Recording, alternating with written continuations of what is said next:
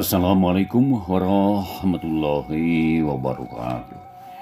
Wargi sadayana anu mika resep karena dongi Sunda garapan simguring Mangdina Mara. Sahabai di mana bae alamatna wargi. Kumaha daramang sadayana pamugi bae sehat jasmani oge sehat rohanina.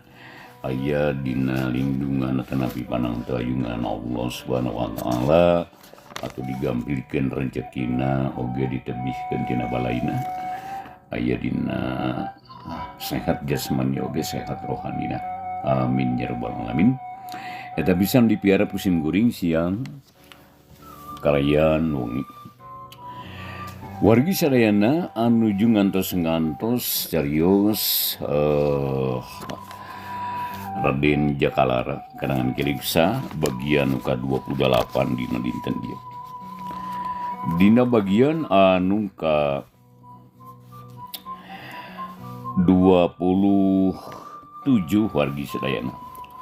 Urang masih nyarioskeun harita Patih Jakabumi teh anu harita aya atanapi bade ka Aki Kuncen teh nya wargi sadayana. Kuncen Gunung Lamata. Da kumaha lajeng nai carita mangga ulu jeung ngadangkeun wae tangetang landung pang beberah mana.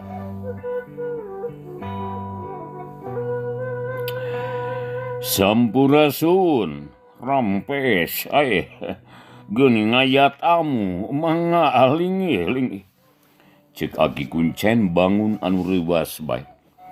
Da eta geus taun-taun tara aya sema ari ayeuna bet aya deui geuning.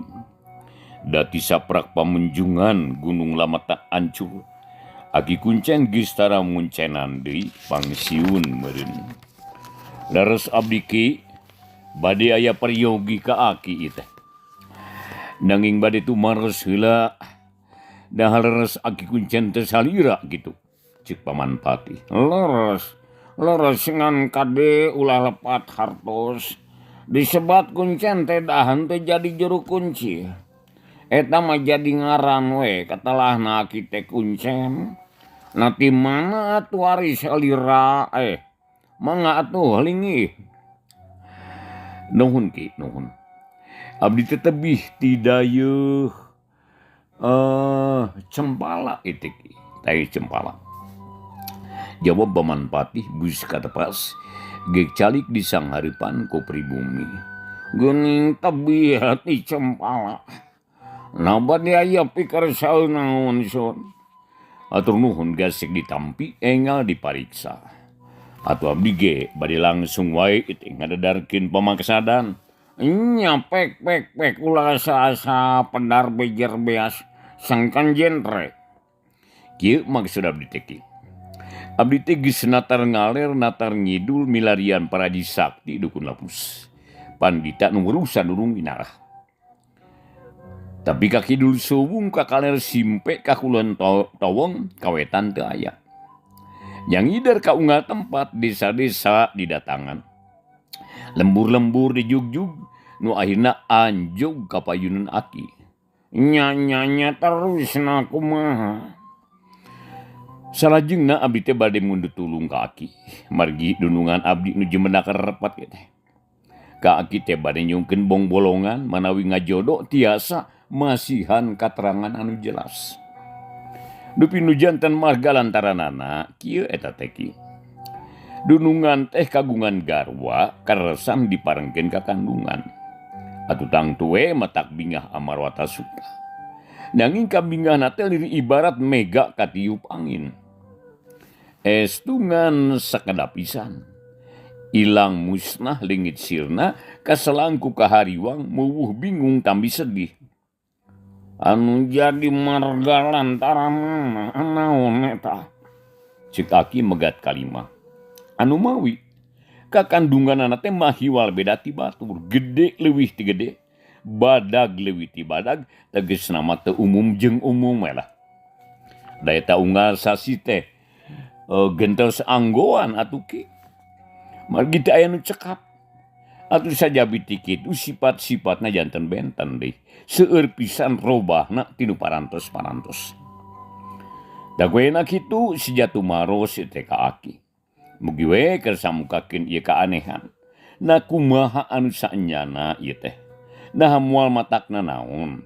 Nah moal matak jadi susah atanapi kumaha tah? Kitu maksad teh. Aki Kuncen harita ngahuleng ngadengi kitu. Da kakara ngadengi aya kasakit anu model kitu mah. Amun anu bari beuteung alatan baruang mah geus manggihan. Malah makungsi ngubaran. Tapi ari reuneuh model kitu mah karek ngadengi ayeuna atuh pok nyarita tandes. Ujang, aki mah ada lain dukun atuh. Lain parajia komo disebut Pandita Manara ieu teh. Udah terumah saluhur ilmu jembar ku panalar. Ngan ari tutulung memang ngesok dah. Tapi da terumah sanyagurkeun. Aki mangan sakadar jadi cukang lantaran. Dan nyageurkeun mah anger wae nu kagungan bumi langit. Aki, abdi ge teu gaduh emutan kitu. Ieu mah mung sakadar metakeun tarekah gitu. Soal sae sareng teu mah urang sanggakeun eka nu maha kawasa. Ceuk Paman Patih jaka bumi. Lajeng palai kumaha atuh ieu teh. Na Aki kudu miyos ka nagara atawa dipalang di dieu. Angkat ka bumi mah tebih. Bili ngarepotkeun ka Aki. Upami tiasa mah sawios dipalang ti dieu wae ki. Nya heula tuh. Harita keneh Aki Kuncen metakeun ilmu panemuna nyingraikeun lalangse anu misakeun alam gain buru wujud jeung alam manusia. Nenda kanu maha kawasa cenah hayang dipangnembungkeun naon-naon nu karandapan kudunungan Paman Patih. Rada lila diileng-ileng. Rada lambat disawang, rada kabel metakeun akal tarekah. Ilmu perelmuan dikatrukeun bakat ku hayang nyawang nu aya di nageri Cempala. Sanggeus rada lila. Aki Kuncen ngarenghap narik napas bangun eungah. Geus kitu batuk sakali. Terus ngadehem bari ngarekepkeun sila. Memepok ngomong mencerong heula ka Paman Patih puguh bae ngondang kapanasaran. Kumaha ta Aki? Kapendak Aki. Ujang. Geuning matak maringkak bulu-punuh kieu. Gebeg Paman Patih ngarenjag reuas. Secara mencerong ka Aki Kuncen jajantung ratu, hatena Patih sareblak. Ras emut ka Kangjeng Raja nu sakitu keur prihatina. Ki, naon anu kajantenan Ki? Mugi enggal disaurkeun Ki. Ujang, Aki henteu tiasa ninjo kalayan jelas ngan ukur aya renghosna wungkul. Kucili Aki kadeng aya nu ngagerem handaruan. Kawas-kawas serta denawa eta. Terus kadenge sada nu lumpang. Imah asa unur. Ingung. Geus kitu aya kalangkang hidung eta teh ngebeleg-beg jangkung badag eta. Dengan sakitu anu katangkep ku batin Aki ya. Ngan ari hartina mah henteu terang eta teh duka kunaon. Duka naon maksudna. Paman Patih kerung deui banget ku teu ngarti. Nah naon tuh hartina omongan Aki teh. Ngan aya hiji hal anu ku Ujang kudu dikenyawakeun. Sababaraha poe deui ta anu dikandung bakal gumelar ka alam rame. Bikin ngakurkeun omongan Aki jeung kanyataannya. Ujang kudu buru-buru mulang ke nagara. Mangga ari kitu maki. Tapi naon hartosna katerangan nu tadi teh atuh. Abdi mah poekeun keneh. Borol-borol ieu da paki genteng arti eta teh. Dangan sakitu anu katangkep ku Aki ya. Cek Aki ge mun hayang ka harti mah leuwih digera mulang. Engke ge bakal kanyahoan.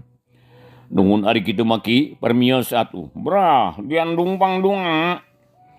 Sabadang anu nuhunkeun bari ngeupelan duit ala kadarna Paman Patih jaka bumi amitan. Juturun kaburuan kebat ngulang ka nagara bari mawa tatarucingan teguheun.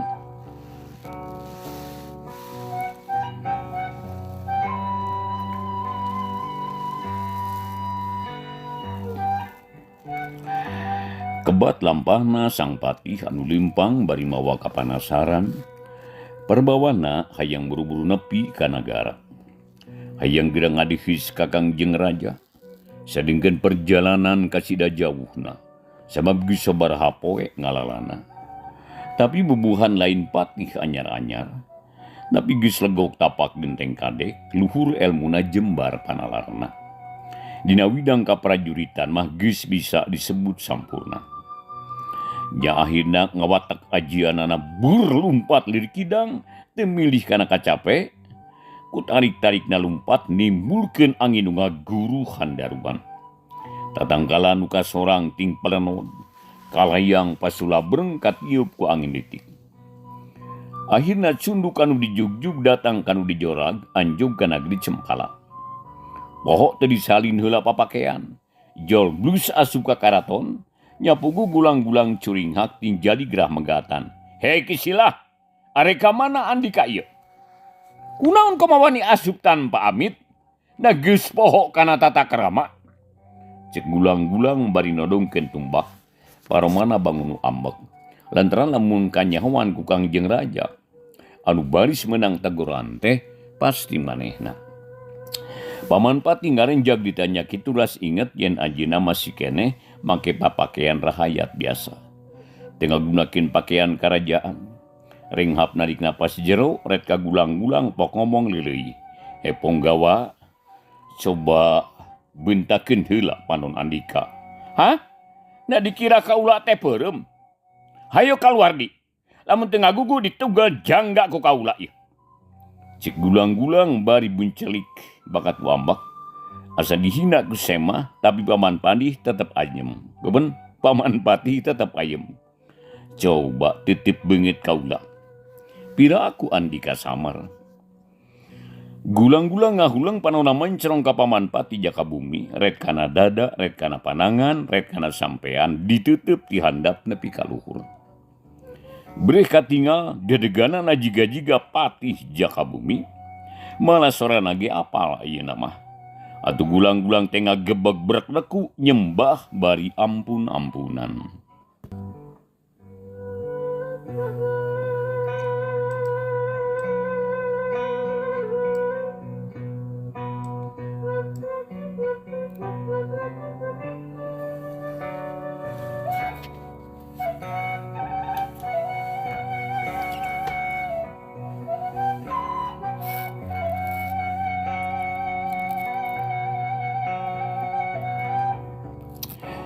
Gusti Pati, ampun paralun kaula nun. Manawi teh sanes gamparan, aduh hapunten nu kasuhun.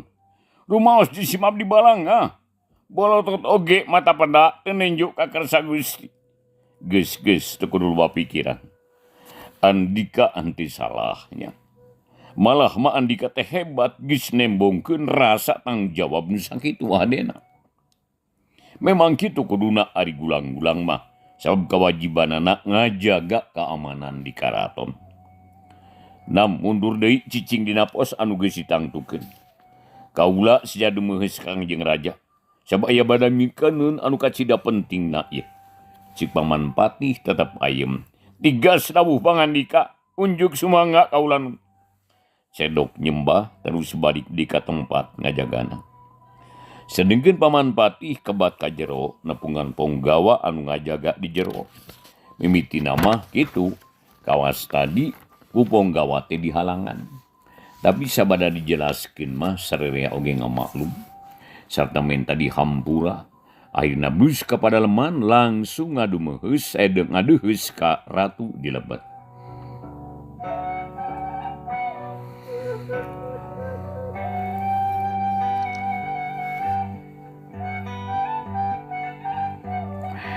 Ari Kangjeng Raja mah teu kaget di sini. Sabab geus boga tanda anu mandiri, papatih anjeunna nganggo ari kapatihan. Anu moal kanyahoan ku batur mah. Iwa ti ku Kangjeng Raja. Jadi najan nyamar jiga da hayat bisa bae. Satungtung eta ali dipake mah raja moal kalinglap. Bagia teuing paman. Nah mana lila-lila teuing. Kamana bae atuh. Kangjeng Raja mariksa bangun teu sabar, cedok kipati nyembah pok ngawaler. Nun Gusti, awan ukapi unjuk aulanun. Paman tirada kebal dina lumampah. Ali nu janten marga alantaranana. Sesah milarian jalmi sakti dukun lepus. Nanging aya berkahna ti Maha Kawasa. Akhirna mate burung ditepangkeun sareng hiji sepuh. Nu tiasa masihan pituduh. Nanging hanjakal ieu mangrupikeun keneh tarucing kaulanun. Na kumaha paman? Saur eta sepuh teu katingali balegbegna. Mungka dangu soantena aya harewos anu ngagerem lieur soanten rota denawa. Aya suara anu leumpang sing gareblig matak endir jagat. Salajengna katingali kalangkang hideng jangkung badag jiga nu jujul ka langit. Tah kitu katerangan ti sepuh teh Gusti. Mung hanjaka teu kapendak pihartoseunana. Da anjeunna ge teu terangeun saurna teh kanggo ngabuktoskeunana antos wae gumelarna sang jabang bayi margi mualami di bakal gumelar. Kitu laporan ti Paman Patih Jakabumi. Huleng atuh Kangjeng Raja hari tengah huleng bakat ku bingung. Jeung teu ngarti kana maksud katerangan ti Paman Patih. Rada lami ngahulengna. Tarang kerung bibir ngawet lami-lami pok ditumaros. Paman Patih. Keterangan sarupa kitu teh teu bisa mukakeun hate nu bingung. Cik paman surahkeun naha naon eta teh hartina.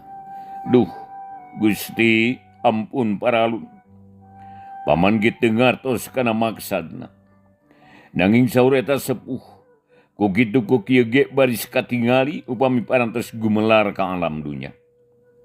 Ayeuna malangkung sae gerasa sayogian bae kanggo mapag tuang putra kaulanun. Nya ari kitu carana mah teu nanaon atuh. Jung ku paman pamereskeun gerasa ngrah nini paraji. Sina ngurus nurek babar. Saur Kangjeng Raja bangun tinangan kurang segema ku hasil Paman Patih.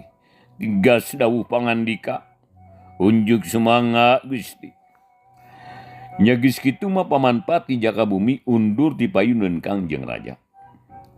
Sarta enggal mulang ka bumina geus leureuh tuluy mimarangan ka Haji Ponggawa sangkan nyusulan nini paraji.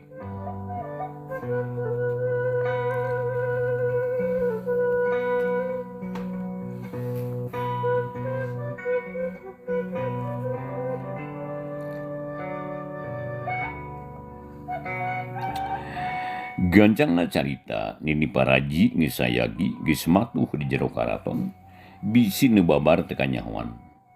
Pangabutuh itu ieu geus disadiaan.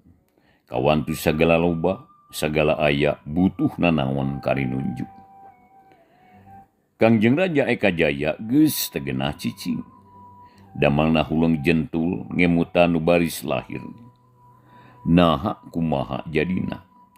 Lamun wengi tara kulem beurang tara angkat-angkatan estuni nguluwut teu aya pisan kahegaran.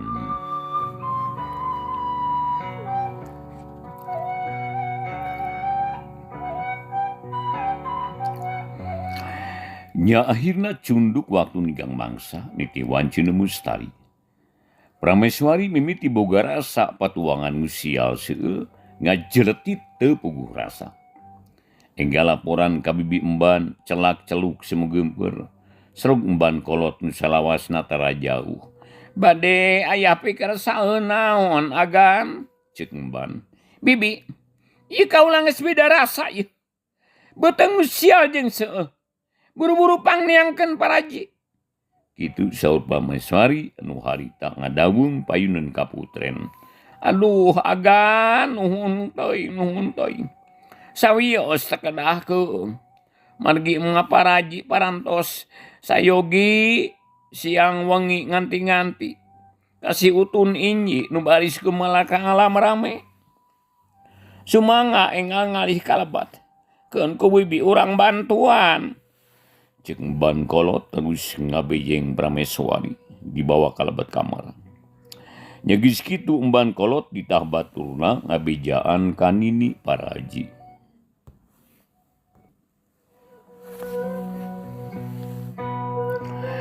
Wargi sadayana anu jeung ngadangkeun carita Sunda atanapi dongeng Sunda garapan simkuring Margina Mara. Saha bae di mana bae alamatna wargi udah jeung ngadangkeun ka sadayana dangat dia tanggatang landung pangbrahmana. Oga sakali disimkuring ngeningakeun ka wargi anu bade ngadangkeun dongeng atanapi ningali dongeng Margina Mara anu dina YouTube. Tingali bae dina channel @Mangdinamara nya. Sakali deui dongeng Mangdina Mara nu asli ayana dina channel @Mangdinamara eta dongeng asli Mangdina Mara. Luar tina channel eta berarti wargi sedayana eta palsu atanapi bajakan nya wargi sedayana. Kare pokona bila aya nu ngabajak kitu tah. Komo da upami dongeng Mangdina Mara nu asli mah aya komentarna di waler ku simkuring komentarna nya. Upami teh aya komentaran di kade tah eta bajakan di wargi sadaya kada hati-hati nya. Atur nuhun. Mangga ayeuna urang lajengkeun bae carios Raden Jakalara bagian anu ka-28. Tegung Slila geus jol da memang geus aya di lingkungan Kaputren Nini Paraji teh. Geus sabaraha piting nungguan Kangjeng Raja tos diwartosan atau kumpul ngariung payunin kamar. Nini Paraji geus ngatrukeun sakabe jampe pamake ilmu panemu keur nyinglar bangsa lembut nu sok ngaganggu kanu rek lahir. Jimat-jimat dibijilkeun bisi aya bancang pakeuh anu baris ngariweuhkeun ka sarerea. Heuleut sawatara waktu hiuk aya angin ngagelebug nebak kana tetangkalan. Atuh ting palenod jiga rek rungkad dahan garing marunag kalakai rabeng haliberat. Angin ngaguruhan daruan kadenge pating galawur lir hujan silantang. Mata keeng ejeng geuman.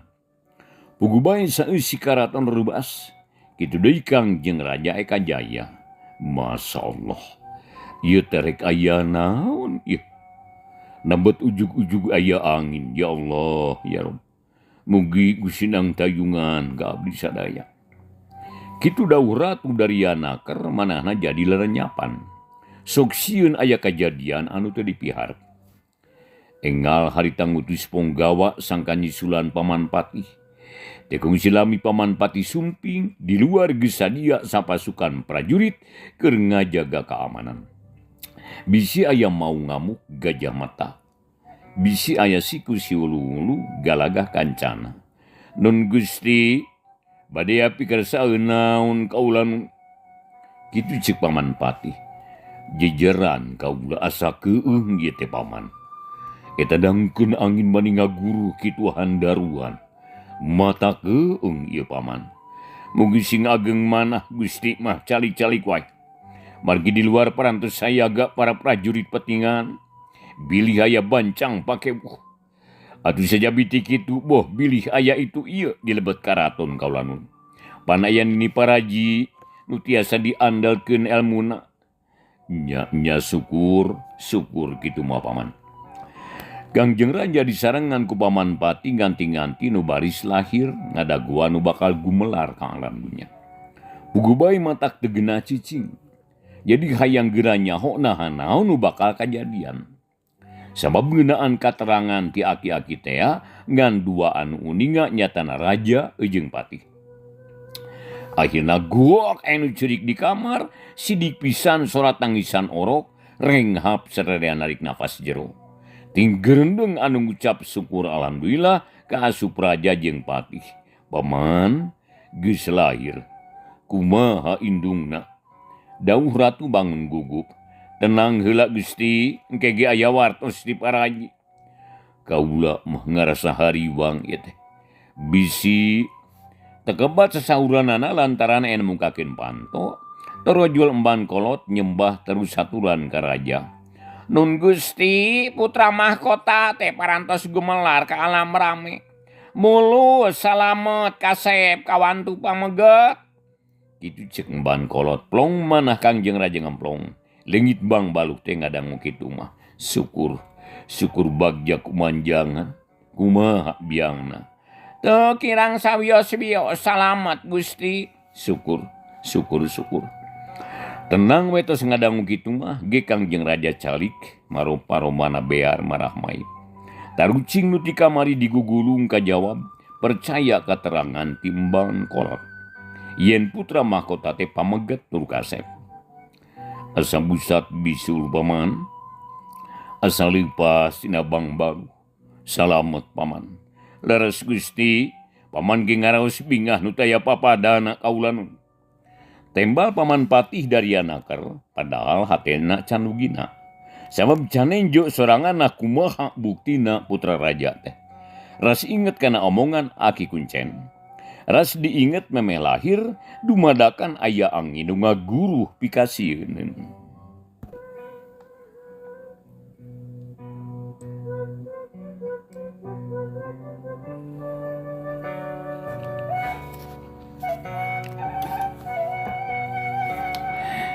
Prameswari nu nembe babar diurus ku Nini Paraji Sapuratina. Kitu deui jabang bayi diurus saku mamistina. Akhirna sagala rupa rengse Nini Paraji unjukan ka Kangjeng Raja yen bayi geus merenah tiasa ditinggalian ku ramana. Nuhun Nini, nuhun. Kitu waler Kangjeng Raja blus ka kamar mani geus teu sabar. Palaigira uninga ka ingkang putra. Ya baranggok ngahuleng miraga menang. Sabab ingkang putra mandi badag asa teu pantes teu surup jeung umurna. Kakang Prabu, nyangakeun putra mahkota. Buktos kanyangakan deureuh ti abdi Kangkang. Kitu ceuk Prameswari Nurbadariah. Nyaritana bangun reueus sabab geus bisa nyumponan harepan nu janten caroge. Bisa nyugemakeun manah Kangjeng Raja kitu ceuk ukuran hatena. Tapi Kangjeng Raja kalah ngajengjen harita. Henteu buru-buru sasauran. Malah putrana teh teu diramba-ramba acan. Adu buku sarerea kaget kaharulang bangun heran. Iwa ti paman patih anu teh heran teh da manehna mah geus nyaho kana rusiahna. Malah paman patih teh ngupat dina manahna. Nyaan geuningan omongan Aki Kuncen teh teu nyalahan. Budak teh aneh beda jeung batur. Kerak gubrag ka alam rame geus sagede kitu. Kumaha lamun geus umur 1 taun? Rek sagede naon cenah. Kitu geurentes manahna tapi teu wani ari kedalma. Ngaragangan ka raja. Sang disadalida ngaharuleng pok pati ngandika. Nun Gusti, paman ngaturkeun wilujeng ngiring bingah ku lahirna tuang putra. Mugi-mugi giniluran kabagjaan lahir batin kaulanun. Nuhun paman. Ugur sakitu waleran Kangjeng Raja. Atuh satuluy nama Kangjeng Raja teh bungah teu bungahna peda laksana kagungan putra. Kaparengan pameget deui. Aya pibekelin gaganti raja. Teu bungahna putrana mahiwal beda jeung batur. Karak gubrage salirana geus badag kawas orok umur 1 taun. Tapi dalah dikumaha. Takdir teu beunang dipungkir, kadar teu beunang disinglar. Kulak canggem bagja awak. Geus aya nu ngatur ti ajalina. Nya akhirna manaon nu geus jadi kanyataan ditarima kalayan manah anu abot.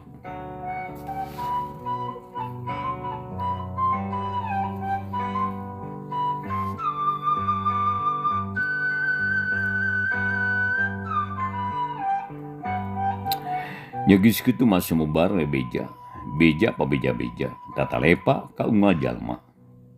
Nu akhirna rekab ke sakuliah negeri. Sakumdara hayat pada nyaho. Yen raja nagis kagungan putra pameget. Malahan magis miti nyebar ka negara tetangga. Maklum omongan mah sok lebih harus batan goong. Atuh geus lain Rusia deui. Yen Kangjeng Raja nu nyakrawati di Cempala parantos kagungan putra cacap weh kapanasaran teh asa teu kagungan hutang.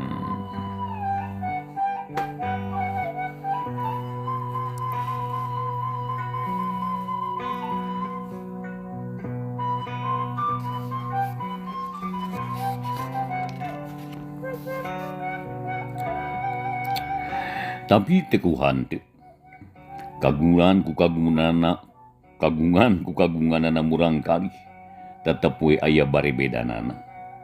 Nu tadina suka bungah gumbira kagungan putra lami-lami bet sedih deui bae.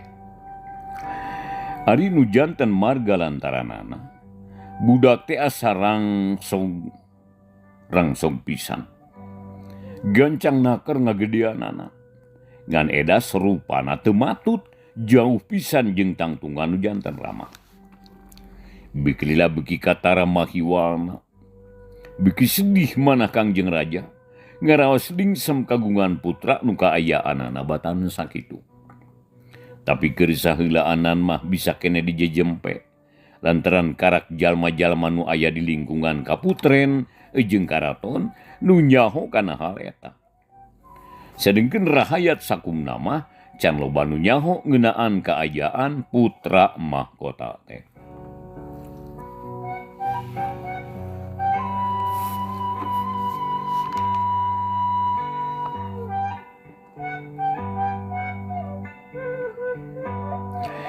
Tapi mangsa teh terus ngarayap nyerelekna waktu teh karasa.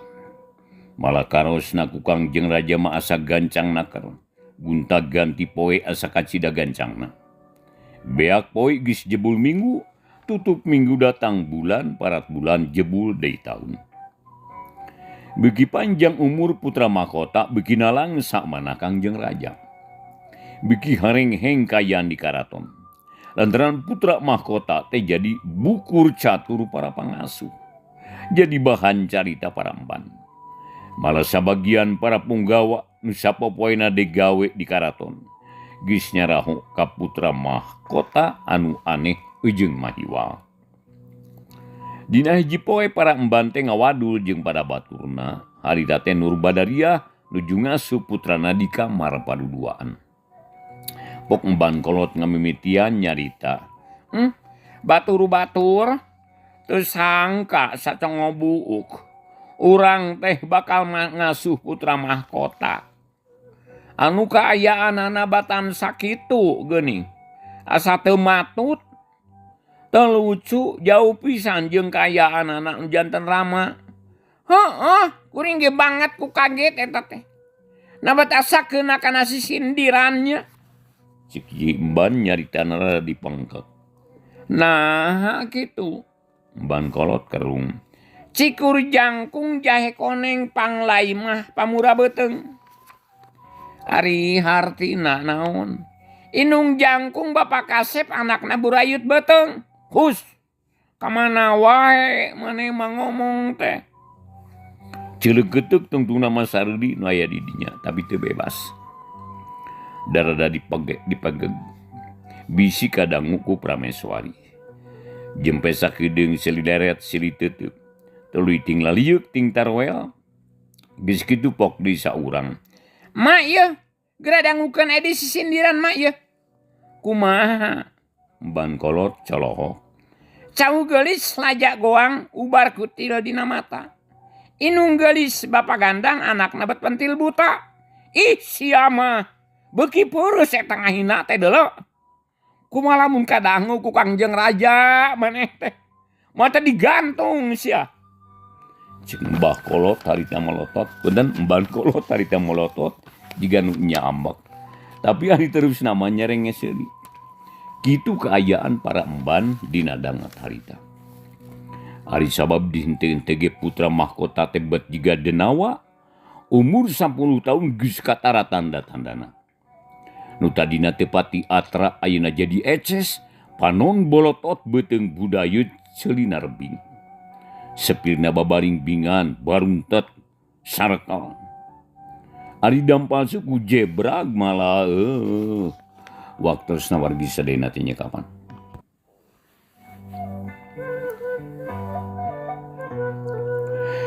Wargi sadayana pencinta cerita Sunda terlebih dongeng Sunda garapan simkuring Manggina Mara. Carios Raden Jakalara karangan Kiliksa bagian anu ke-28 wargi sadayana. Dicekapkeun duikeun ka dieu bae. Pemugi katampi kalian kemingahan. Insyaallah Raden Jakalara bagian anu ke-28. Enjing dina waktu anu sami. Urang lajengkeun deui. Sakadi Mang dina Mara ngaturkeun nuhun ku pratosanana. Wilujeng paturai. Wassalamualaikum warahmatullahi wabarakatuh.